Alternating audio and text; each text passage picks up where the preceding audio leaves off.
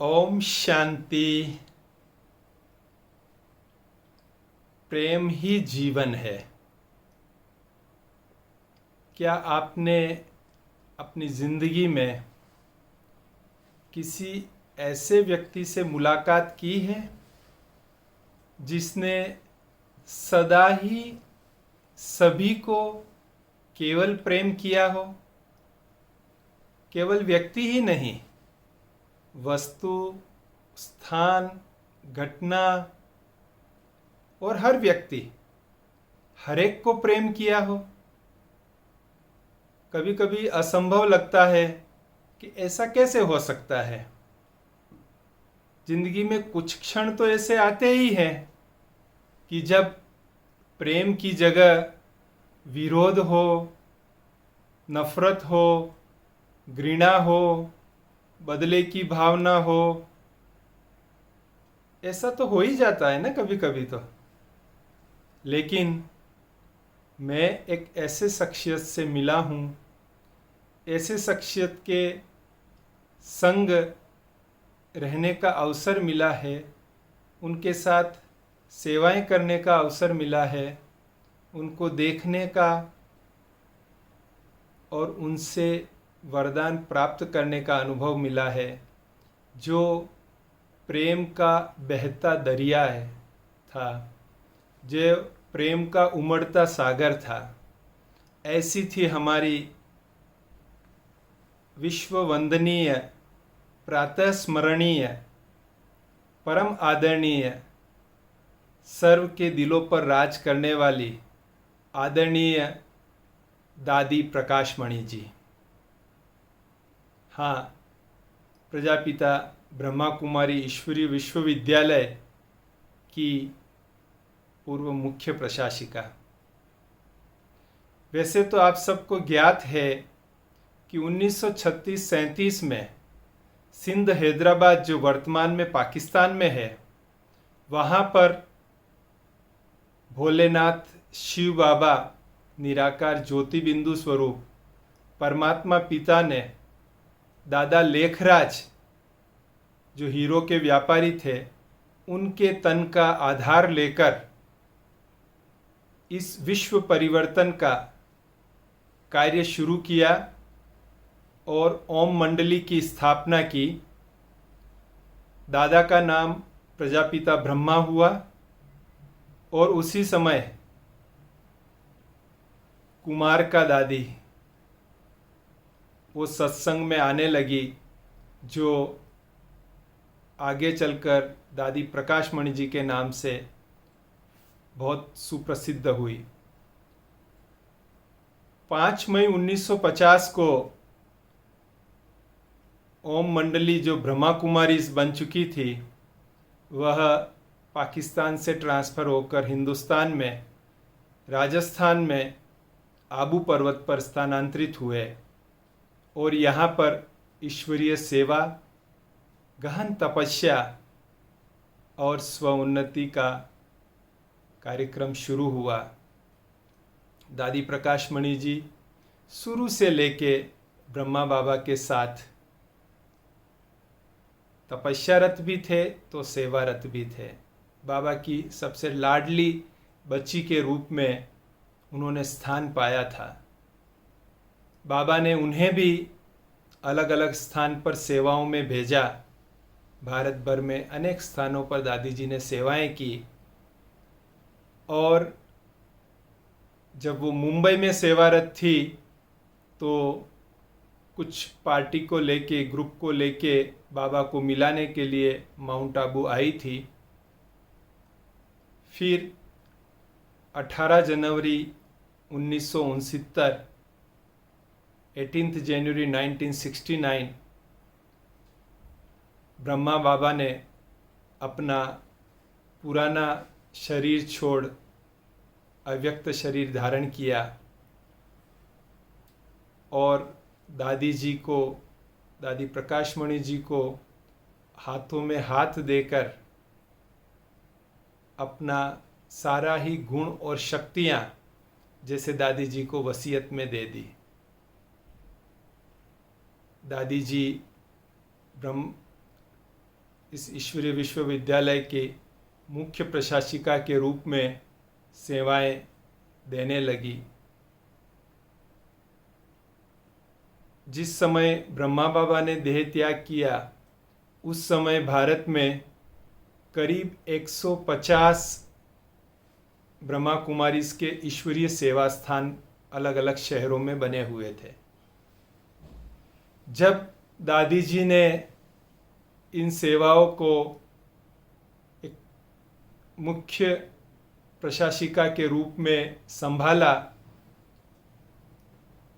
तो सर्व के सहयोग से सेवाओं में बहुत विस्तार हुआ और ये विस्तार दिन दुगुनी रात चौगुनी गति से आगे बढ़ने लगा। अलग अलग शहरों में सेवा केंद्र खुले, हजारों भाई बहन समर्पित हुए और इस ईश्वरीय ज्ञान में नए नए आयाम जुड़ते गए, नई पद्धतियां जुड़ती गई, ज्ञान देने की नई विधियां बनती गई और दादी जी अति विशाल हृदय से सबको अपने अंदर समाती गई, सबको उचित स्थान देती गई। आबू जो ब्रह्मा कुमारीज का मुख्यालय है उसका भी यथोचित विस्तार होता गया और एक छोटा पौधा एक वटवृक्ष की तरह बन गया। और इन सब के पीछे दादी जी का व्यक्तित्व काम कर रहा था। परमात्मा पिता और ब्रह्मा बाबा दोनों ही दादी जी को सर्व शक्तियों से, सर्व गुणों से सजाते हुए इस ईश्वरीय कार्य को आगे बढ़ा रहे थे। दादी जी में सर्व गुण और सर्व शक्तियां परिलक्षित होती थी, दिखाई देती थी, अनुभव कर सकते थे, लेकिन विशेष रूप से प्रेम। दादी जी प्रेम की मूर्ति थी। जो कोई दादी जी के संपर्क में आता था, चाहे वो परिचित हो चाहे नया हो, दादी जी के प्रेम की किरणों से अभिभूत हुए बिना नहीं रह सकता था। जैसे कोई एयर कंडीशनर रूम में आए तो उसको ठंडी हवा का चाहे अनचाहे, जाने अनजाने एहसास होता ही है। इसी प्रकार से कोई भी दादी जी के पास जाए तो उसे दादी जी के प्रेम में नहाना ही होता था। और कैसा प्रेम? निश्चल प्रेम, निस्वार्थ प्रेम, अनकंडीशनल प्रेम और सबके लिए प्रेम, चाहे छोटे हो चाहे बड़े हो, चाहे गरीब हो चाहे अमीर हो, चाहे स्त्री हो चाहे पुरुष हो। हर व्यक्ति, हर वस्तु, हर स्थान, हर घटना के प्रति दादी जी का प्रेम था, क्योंकि वो आत्मा प्रेम से परिपूर्ण थी और जो स्वयं में होता है वही दूसरों को दे सकते हैं। और दादी जी के जीवन से यह स्पष्ट होता था कि अगर हम प्रेम स्वरूप हैं, परमात्मा प्रेम को हमने अपने जीवन में अनुभव किया है और अपने जीवन को परमात्मा प्रेम से भरा है, तो यह एक निश्चित रूप से सब जो भी हमारे संपर्क में आएंगे वो उस प्रेम का अनुभव किए हुए नहीं रहेंगे। प्रेम की कोई शर्त नहीं होती है, प्रेम किसी स्थितियों पर निर्भर नहीं करता है।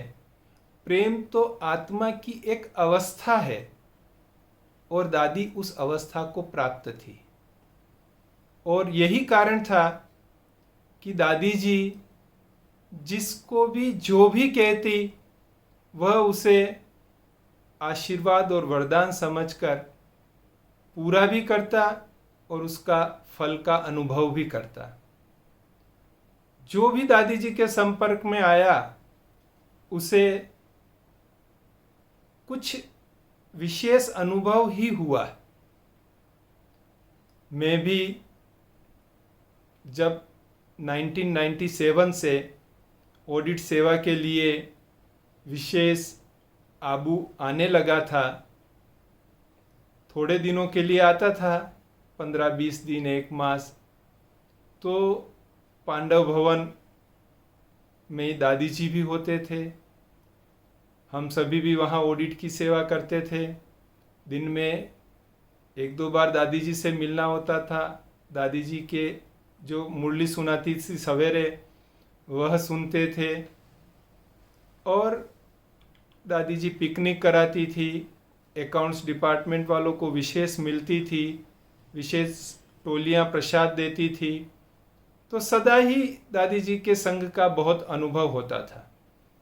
लेकिन एक दिन दादी जी के मुंह से एक ऐसा महावाक्य, ऐसा वरदान निकला जिसने मेरी जीवन को बहुत तीव्रता प्रदान की।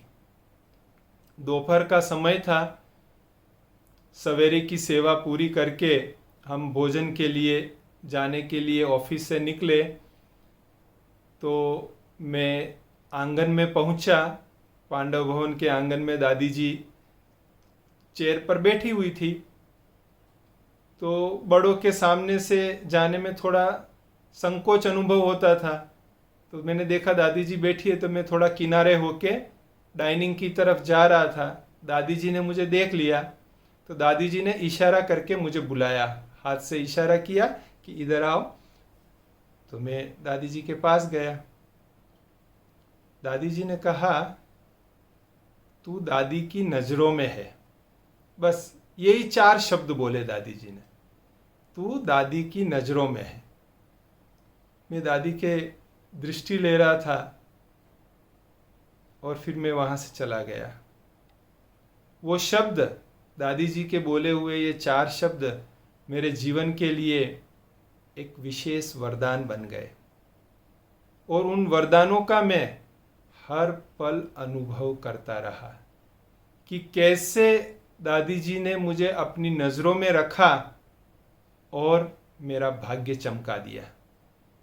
मैं एक छोटे से गांव से बिलोंग करता हूं, जहां पर खेती बाड़ी करता था, लेकिन वहां से कैसे दादी जी ने अपनी दृष्टि में रखकर मुझ में वो लायकात कहें, विशेषताएं कहें, शक्ति कहें, भर दी कि जिसके कारण आज बाबा जो सेवा करा रहा है वो मैं कर पा रहा हूँ। तो ये विशेष दादी जी की परख शक्ति थी। दादी जी आत्मा को देखते ही परख जाती थी। जो भी व्यक्ति उनके संपर्क में आता था उसे देखते ही परख जाती थी कि ये ईश्वरीय सेवा में कहाँ पर बेस्ट पार्ट प्ले कर सकता है।